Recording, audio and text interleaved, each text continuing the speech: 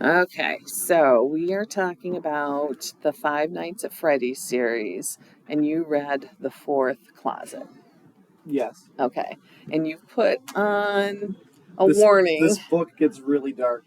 It very dark themes. Okay, so so you said the themes are dark. Is it driven more by the plot or by the characters? To me personally, it's more of like a weird hybrid of both, but it's more lenient on the characters themselves questioning the plot.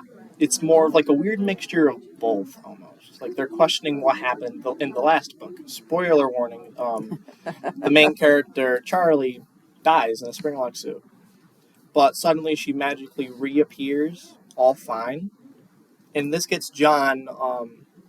John is Charlie's boyfriendish. John had like a massive crush on Charlie throughout the books.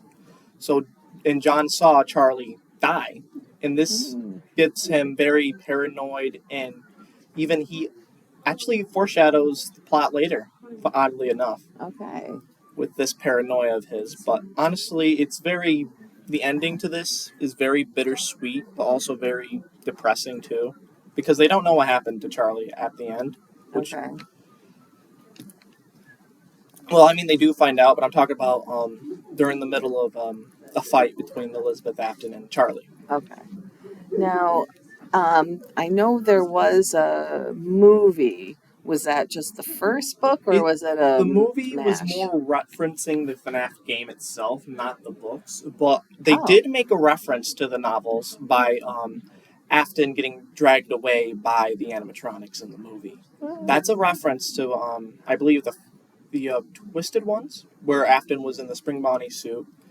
And also, this book also somewhat references a little bit more of the FNAF movie as well. And I think they took that from because the children, in the end, Afton returns for his victims to use them to keep himself alive. Still, they still think he's a friend until Michael. No, not Michael. Clay. I'm sorry. Tries to show them that he's not. Afton is very much not. They're and then was anything missing from the book that should have been included? oh You well. talked about Charlie's death. Oh, there's a lot of things missing from here. Oh, geez. Okay. But I can see why the book would have been a lot bigger and had a lot more chapters. But mainly, what I feel like they missed out on is that they only introduced two of the Funtime animatronics, and they could have gotten more into depth with how on Henry's secret, forgotten, neglected Charlie he made because in his grief he William Afton, I'll give you some context, killed his 3-year-old daughter. And because Henry was so strucken by grief, he created sound illusion discs. They use sound to warp the reality around you. And you would use Charlie's doll, Ella, as a template and create robots of his dead daughter. From a child all the way to the Charlie we know in the end of this book. But there was a forgotten one Henry did not like because mainly it did not remind him of his daughter, Okay. which Elizabeth Afton would possess. Okay.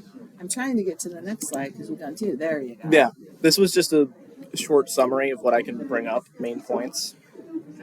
So you did a lot. So people will definitely. But yeah, this book talks about how Henry. I found it very interesting on how they had Henry in this universe choose to end his own life instead of try to put everybody to rest. That was very interesting to me. And also, one thing I do not like that they did not, like I said before, did not introduce were the other fun times. Like what happened to is because they mentioned Circus Baby's Pizza, but they did never mention anything of the Funtime Foxy, which is an actual animatronic. But in this book, weirdly, they hint that Funtime Foxy is Mangle, but it is never confirmed. They never introduce many of the other characters, such as Ballora or any of the other characters, which is really odd to me. Nor do they go over. They go over a little bit, but they don't go over too much on how Afton even survived his Springlock failure and how he was able to split himself to keep Springtrap as a little pawn of his and keep himself. It's a weird it's very weird. But also, another thing I find really irritating on how it continuously switches from Afton, then to the main characters, and then to some sort of plot, and then back to Afton, and it's just you're getting, especially during the Charlie and Elizabeth Afton fight, it's constantly switching between Clay and Charlie, and then it just seems very rushed to me. Like you could have made it more longer per se, or stuck to one and made an additional chapter for Clay, because I just feel like it's personally more. You should have done it like have like a whole thing for that instead of. But I did like a few things about this book is how it builds the world more, because in the games you don't really know much. You're just taken to a new location and it's up to you to find context. Whereas here they actually build up things, and I actually do like. Oddly enough, I never will say this again. How Charlie was a robot in this one. Okay. In the game universe, Henry never. I don't believe Henry ever did this, but here in this universe, he did. But I find it one thing I do find very confusing and very interesting is how in this universe Charlie the Charlotte the Henry's daughter, because in the is never really, she possesses the puppet, which helps the souls out in the thing, but they never meet Charlie and the puppet, which is very weird because I think that if they're following the games by lore wise, but also spanning them, it would be fair to assume that they would meet. It would be a weird confrontation, but I think that would have been a much more better solution than having Elizabeth reveal this to Charlie, because have the real Charlie meet the fake Charlie, the robot, not the fake Charlie, not the Elizabeth Afton one, because that's a whole different ballgame. Have the two characters meet and discuss Henry, and slowly try to get Charlie to introduce like the idea instead of Elizabeth just being brash and saying, "Oh, I was a real girl, unlike you." And it's very, but overall, this goes into really deep themes with Henry ending his own life, Charlie being a robot, even even watching Aunt Jen die, not watching but hearing it. But we hear her say, "I always loved you, Charlie," to fake Elizabeth, fake Charlie, who was the one who did it. But it's very sad. Yeah. But I also kind of hate a few other things I do dislike here. Is how besides the constant switching, some of the characters don't really show too much character development, especially Clay, who was I might be mixing Clay up with somebody else, but his dad isn't really used much anymore, except to further John's suspicion, which helps them figure out fake Charlie is actually Elizabeth and is the clown robot John saw. Okay. But he's just used that and then is taken off. They could have easily used him for more to help John out, but he's in the hospital most of the time. But I'd have to say I'm losing track of my thought now. But for Clay, I think he was with them when they went to the pizzeria in the first book, where they met the souls originally, and helped them get freed a little bit. So I think they freed some of them. I don't fully remember the ending of that book, but they did help the main characters escape, I believe. But it doesn't make sense for me to think that Clay would believe that Michael, his friend, who was murdered by William, in the others were survivors of this, and they never followed William to the back room. All the other kids did, and it's very sad because it goes over on later in the first book and a little bit of in here during the ending, on how Afton promised them, the little girl who was looking for her lost dog, Susie, said he found her and she's killed, and that's a predator. It's very. It's just really sad. Also, another thing I'd probably throw in there. Okay. Is I'm curious if Afton was real, like to figure out how he would think psychologically, like what was his thoughts through this, like what made him motivated him, because he isn't in this one, he isn't a grieving father, which would be more of a humane thing. Afton is always shown to be very one dimensional. always coming back, always being the main bad guy, but yet we don't ever really learn on how he felt about in the games, on how his daughter died, how he felt about his daughter, his one son, how he even feels about Michael.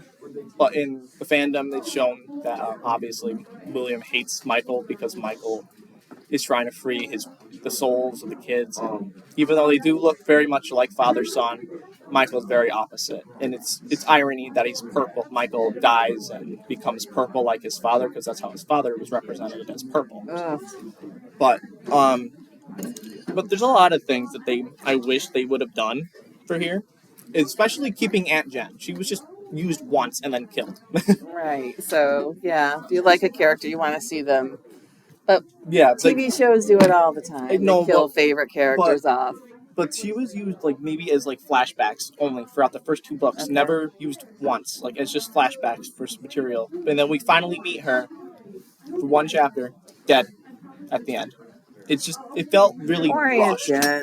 Poor Aunt Jen. Yeah. It felt rushed, but it was good to see that she was also used for like I mentioned with Henry, he was going through his grief. Aunt Jen was the only one really there to support him and try to remind him, "Hey, Charlie is gone. You need to move on." She was being like soft, but also blunt with him too. Yeah. And Henry very much did respect that.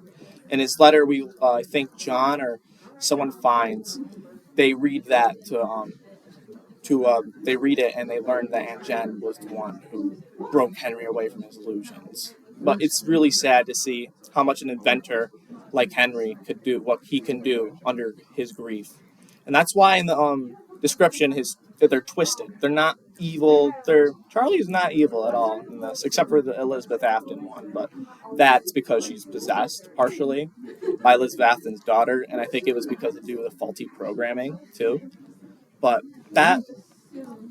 honestly, Charlie was honestly more human than Elizabeth Afton could ever be, which is very fitting, very ironic on how cynical, how self-centered, and how she wants to always get William's approval for things, compared to Charlie, who lost her father and doesn't remember much about Aunt Jen or anything, but she makes friends along the way, and I would believe she was human if I didn't know the ending of this one.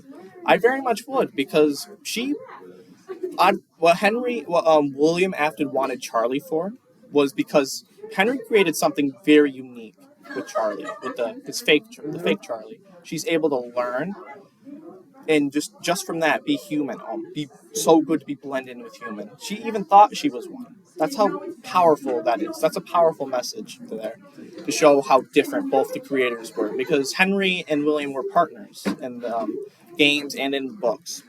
They created the original 4, but after William kills Charlotte in the alleyway, in the game she would possess the puppet. Here, I don't know what the Charlie did. Maybe they didn't go that route, but which is odd for the FNAF game, for the books. Even though I know they're not canon, it's a separate universe, but I do know Remnant is shown and created here.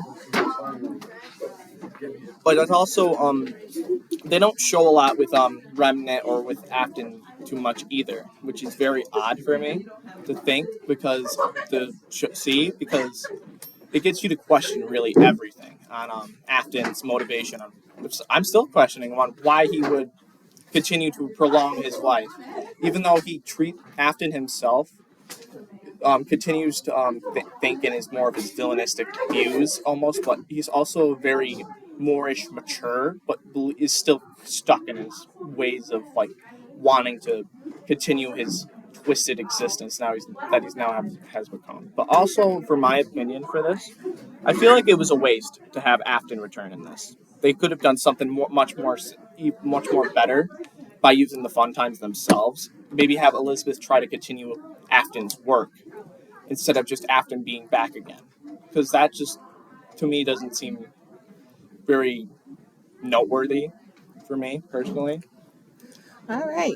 So you got a lot of opinions on this. I got a lot of opinions. I love the books, though. I can tell you love the books. I played the games. I love the books.